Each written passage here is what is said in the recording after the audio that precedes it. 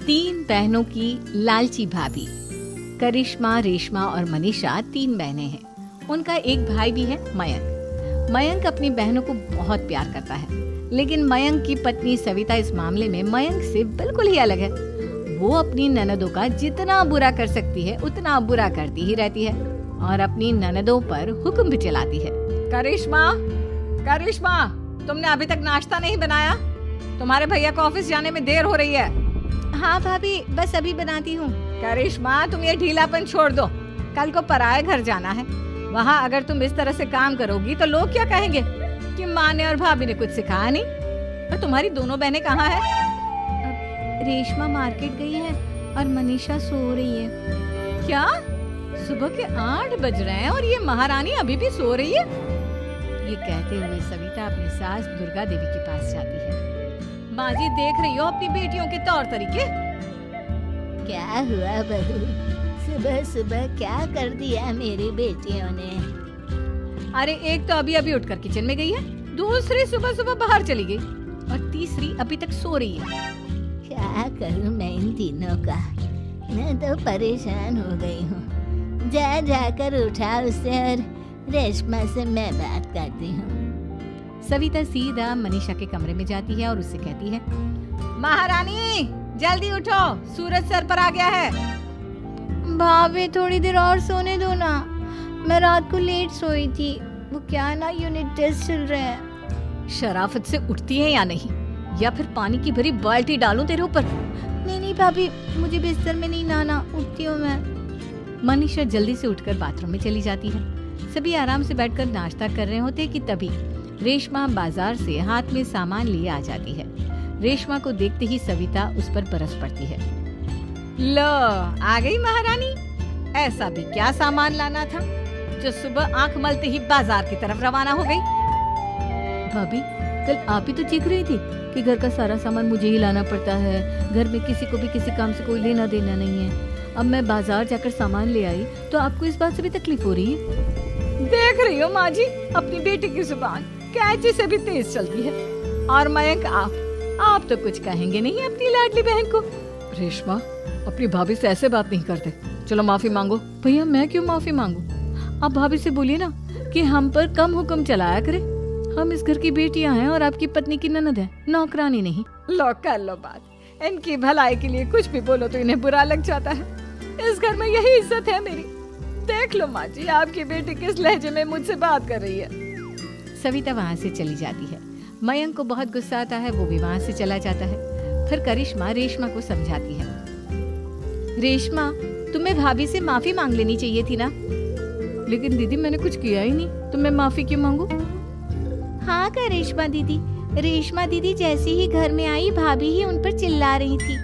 हाँ, मैं मानती हूँ कि गलती भाभी की थी। मैं तो इसलिए बोल रही हूँ कि भाभी ने माँ को तो पूरी तरह अपने वश में कर लिया है। वो हमारी बात सुनती ही नहीं। मयंक भैया हमारे लिए हमेशा खड़े रहते हैं, इसलिए उनकी बात का मान तो तुम्हें रखना चाहिए था ना। कोई फायदा नहीं दीदी, कुछ दिनों की बात और है, भाभी उन्हें भी हमारे खिलाफ भड़का देंगी। फिर वो भी माँ की तरह हमारी किसी बात का विश्वास नहीं करेंगे। इसी तरह सविता अपनी तीनों ननदों को किसी न किसी बात पर परेशान करती रहती थी। एक दिन मयंक अपनी तीनों बहनों के लिए गिफ्ट लाया। करिश्मा, ये तुम्हारे लिए हार का सेट। रेशमा, तुम्हारे लिए सुंदर सी ड्रेस। और मनीषा, तुम्हें किताबें पसंद है ना, तुम्हारे लिए किताबें लाया हूँ। थैंक यू भैया। थैंक यू भैया। थैंक यू भैया।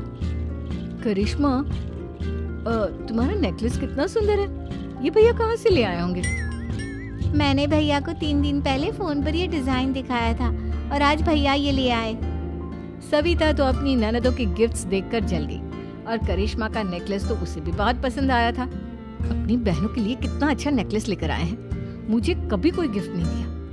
मैं आज ही ये हार चुरा लूंगी। रात में सविता करिश्मा का हार चुरा लेती है और इसी तरह उसे अपनी ननदों की जो भी चीज अच्छी लगती वो उसे मांगती नहीं, बल्कि रात के अंधेरे में चुरा लेती। इसी तरह दिन बीतते गए और सविता ने मयंक के दिल में भी उसकी बहनों के लिए नफरत पैदा कर दी। एक दिन मयंक ने करिश्मा और रेशमा के लिए रिश्ता देखा और ये बात उसने घर में सबको बताई।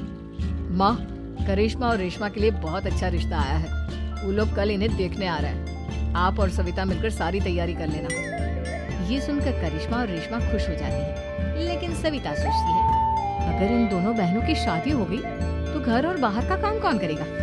मनीषा तो एक नंबर की कामचोर है, उससे तो किसी बात की उम्मीद लगाना ही बेकार है। मुझे इस शादी को रोकना होगा। अगले दिन सभी लड़के वालों के स्वागत की तैयारी करने में लगे होते हैं। तभी मयंक अपनी बहनों से आकर कहता है, तैयार हो गई तुम दोनों?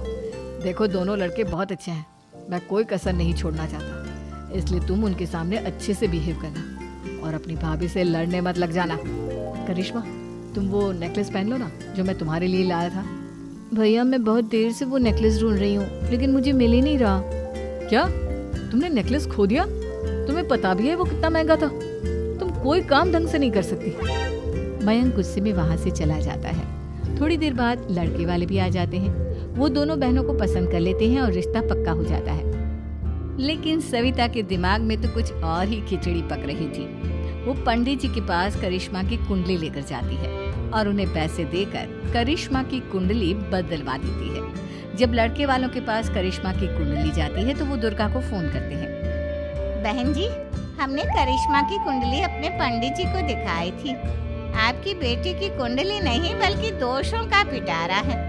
देखिए, मैं और मेरे पति इन सब बातों में बहुत विश्वास करते हैं, इसलिए हम आपकी बेटी से अपने बेटे की शादी नहीं करा सकते। इस तरह करिश्मा का रिश्ता टूट जाता है और सभी घर वालों को बहुत दुख होता है। अब कविता सोचती है, चलो करिश्मा का तो रिश्ता टूट गया, अब रेशमा का भी रिश्ता तोड़ना है। क्या करूं? अब सविता आवाज बदलकर किसी अननोन नंबर से रेशमा के होने वाले ससुराल में फोन करती है। हेलो, मैं कौन हूँ कौन नहीं ये आपके लिए जानना जरूरी नहीं। बस इतना सुन लो कि रेशमा का 2 साल से किसी के साथ अफेयर चल रहा है। बस रेशमा का रिश्ता तोड़वाने के लिए सविता का इतना कहना काफी था। अब रेशमा का भी रिश्ता टूट गया। मयंक और दुर्गा देवी ने रेशमा को खूब खरी खोटी सुनाई और उससे बार बार उस लड़के के बारे में पूछने लगी। आप दोनों मुझे क्यों परेशान कर रहे हो? अरे कोई लड़का होगा मेरी लाइफ में तो मैं बताऊंगी ना, जब कोई है ही नहीं तो कहाँ से लाऊं मैं कोई लड़का? तो तेरे होने वाले ससुराल वालों को फोन किसने किया था? माँ मैं नहीं जानती किसने फोन किया था, मैं सच कह रही हूँ। मैं तो पहले ही कह रही थी इसकी लगाम खींच कर रखो, लेकिन मेरी सुनता ही कौन है। आप चुप रहिए भाभी, ये सब आपका ही किया धरा है। अब तीनों बहनों को विश्वास हो जाता है कि ये सब उनकी भाभी ही कर रही है। तीनों बहनें अपनी भाभी को सबक सिखाने के लिए एक वकील कर लेती है और घर में हिस्सा मांगती। देखो भैया, माँ बाप की जायदाद में जितना बेटों का हक होता है उतना ही बेटियों का, इसलिए इस घर के 4 हिस्से होंगे और हमें अपना हिस्सा चाहिए। मैंने तुम्हारे लिए क्या क्या नहीं किया और तुम इस घर में हिस्सा मांग रही हो? भैया, आप और माँ हम बहनों की कोई बात नहीं सुनते हो और भाभी हमारी शादी नहीं होने देगी क्योंकि उन्हें लगता है कि आप हमारी शादी में ज्यादा पैसा लगाओगे और उन्हें हम जैसी फ्री की नौकरानी कहाँ मिलेगी।